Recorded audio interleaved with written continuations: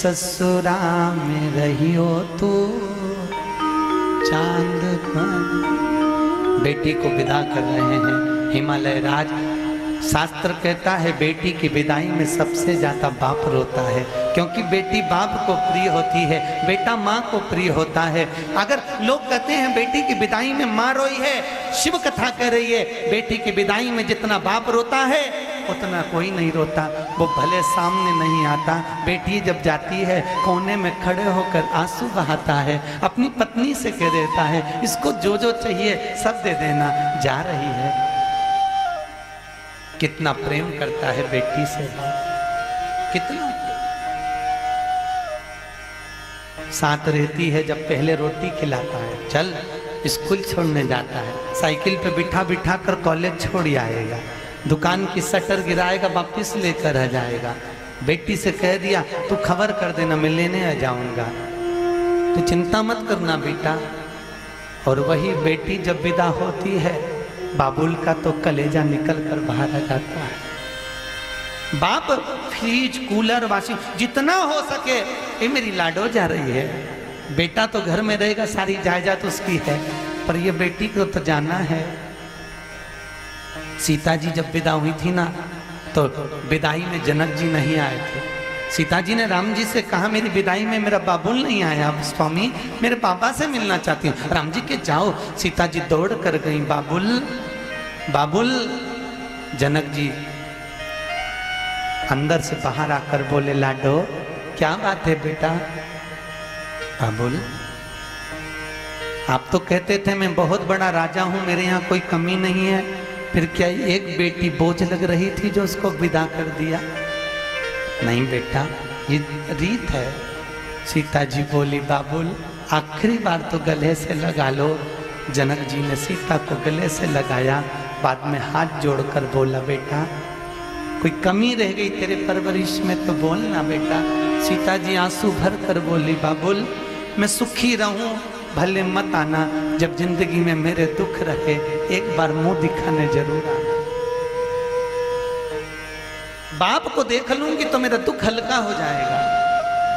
बेटी की विदाई में बाबुल रोता है, नैनों से अश्रु बहते हैं। हिमालय राज मेनावती से बोले अरे मेना अरे सुन तो सरी, जितनी नगरी में जो देना हो अरे मेरी बेटी को दे देना, ये जा रही है, इसको भरपेट भोजन तो करा दो, अरे कोई बेटी का सास तो सजा दो, एक अटैची और उठा के लाओ, एक पेटी और लाओ, मेरी बेटी के कपड़े भर कर रख दो, आज मेरी लाडो जा रही है। मेना ये बेटी जा रही है, इसको दे दे तू। अरे मेना हिमालय राज कह रहे मेरी नगरी में कोई कमी नहीं है, मेरी बेटी खाली ना जाए, सत्ताओं को भर कर दे दो, नौकर चाकर दे दो, राजसी ठाट दे दो। एक बाबुल रोता हुआ अपनी बेटी को विदा कर रहा। अरे कोई कमी मत रखो इसको। जब जीवड़ा उसने अपने हृदय का टुकड़ा दे दिया तो क्या नहीं दिया होगा जरा सोचो। बेटी विदा होकर बाबुल भी रोए, बेटी भी रोए और माँ के कलेजे के टुकड़े। अरे कैसा जुल्म है हाय हर जाई, कोई जन्म दे और कोई ले जाए। कोई ले जा रहा है बाबुल, तूने घर देखा है क्या? बाबुल विदा नैनों से नीर बहाता हुआ, बेटी जब तक अपने घर में है तब तक सुखी है साहब। बेटी घर में है कभी भी भोजन कर लेती है साहब, जब ससुराल चली जाती है सारा घर का लोग जिम के चले जाता है, तब 2 रोटी प्लेट में रखकर जिमने के लिए बैठती है और उसको याद अपने बाबा की आती है, मेरे पापा होते पहले मुझे खिलाते, आज सारा घर जिम के चले गया और बाद में मैं जिम में बैठी, पूरा घर जीव गया।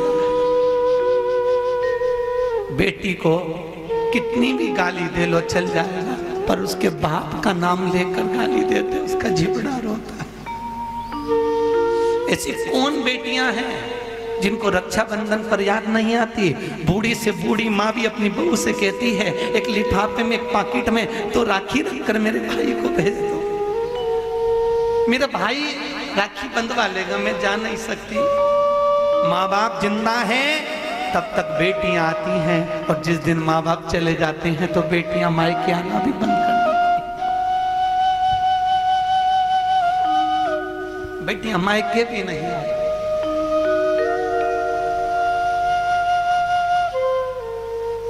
ओ बेटी ससुरा में रहियो तू चांद बन के, हीरा और पन्ना की दुकान बन के। ओ बेटी ससुरा में रहियो तू।